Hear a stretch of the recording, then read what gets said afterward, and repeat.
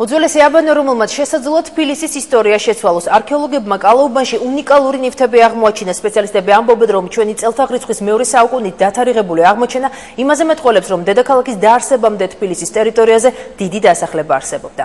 გათხრების დასრულების შემდეგ ამ ადგილას ტურისტული ცენტრიც გაიხსნება. პირველი მეორე საუკუნის დროინდელი აბანო თერმა თუ დააკვირდებით აგერ თიხის მილებით შემოდიოდა გოგირდოვანი ცხელი წყალი. ეს თიხის მილები, რომ პირველ-მეორე საუკუნისაა, მეცნიერებს ამაში ეჭვი უკვე აღარ ებარებათ. აბანომ, რომელიც არქეოლოგებმა კალაუბანში აღმოაჩინეს, შესაძლოა თბილისის ისტორია შეცვალოს. ჩვენი წელთაღრიცხვის მეორე საუკუნით დათარიღებული აღმოჩენა იმაზე მეტყველებს, რომ დედაქალაქის დაარსებამდე თბილისის ტერიტორიაზე მძლავრი დასახლება არსებობდა. ციხის მთავრებს კი ამ ადგილას სამეფო რეზიდენციაც ჰქონდათ, რომლითაც ხშირად სარგებლობდნენ. უმნიშვნელოვანესი აღმოჩენებთან გვაქვს ჩვენ საქმე. პირველ რიგში ის, რომ დედაქალაქობამდე, ანუ ვახტანგ გორგასლამდე მეხუთე საუკუნემდე აქ საკმაოდ ძლიერი გამაგრებული პუნქტი არსებობდა.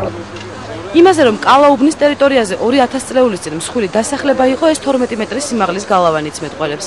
მეცნიერები ვარაუდობენ, რომ ამ ადგილას ადრე მცხეთის აღმოსავლეთ კარიბჭე იყო და მტრის შემოსევისას დედაქალაქზე მიტანილ პირველი ერისსაც აქ იგერიებდნენ.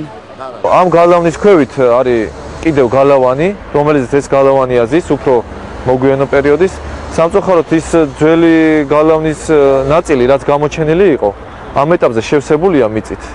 და აი ზუსტად ის გალავნის წყობა, რომელიც ადრეულია, ის არის უკვე აი იმ პერიოდის, რაც ჩვენ აუზები ვნახეთ წეხან. ესე ერთადერთი სიტყვაა, რომელიც მე-6-მე-8 საუკუნეების ქვაჯვრის ბაზისზე იკითხება. არქეოლოგებმა კალაუბანში სულ ცოტა ხნის წინ იპოვეს. შეხედეთ რა ვაზა, რა სიმაღლეა.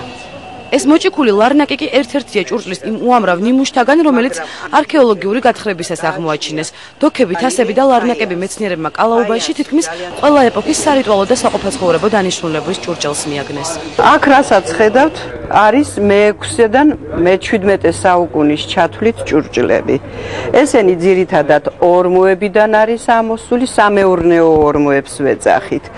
და ამ სამეურნეო ორმოებში ხვდება ის ჭურჭლები, რომელიც ფუნქციონირებს იმ საუკუნეში, როცა ხდება დარბევა, დაწვა ამ სამოსახლოსი. კალაუბნის მიწისქვეშეთის კვლევა მეცნიერებმა 1998 წელს დაიწყეს. შემდეგ სამუშაოები დროებით შეჩერდა. 2 თვის წინ კი მერიის ხელშეწყობითა და დაფინანსებით განახლდა. არქეოლოგებმა ამ ტერიტორიაზე 85 სამუშაო ორმო გათხარეს და 12 სხვადასხვა ეპოქის შრეს მიაგნეს. თითოეულმა მათგანმა მეცნიერებს არაერთი მნიშვნელოვანი აღმოჩენა მოუტანა. ყველა ფენაა წარმოდგენილი ფაქტობრივად მე-19 საუკუნეში. ანუ ეს უნიკალური ადგილია ქალაქისთვის და ჩვენ იმედი გვაქვს, რომ იქნება ერთ-ერთი ყველაზე მიმზიდველი ობიექტი შემდგომში ტურისტებისთვის. გათხრების დასრულების შემდეგ ამ ადგილას ტურისტული ცენტრი გაიხსნება. აქ მოსული ვიზიტორები უძველესი აბანოსა და გალავნის დათვალიერებასაც შეძლებენ და თბილისის ისტორიასაც მოისმენენ, რომელიც დედაქალაქის დაარსებამდე თითქმის 5 საუკუნით ადრე დაიწყო.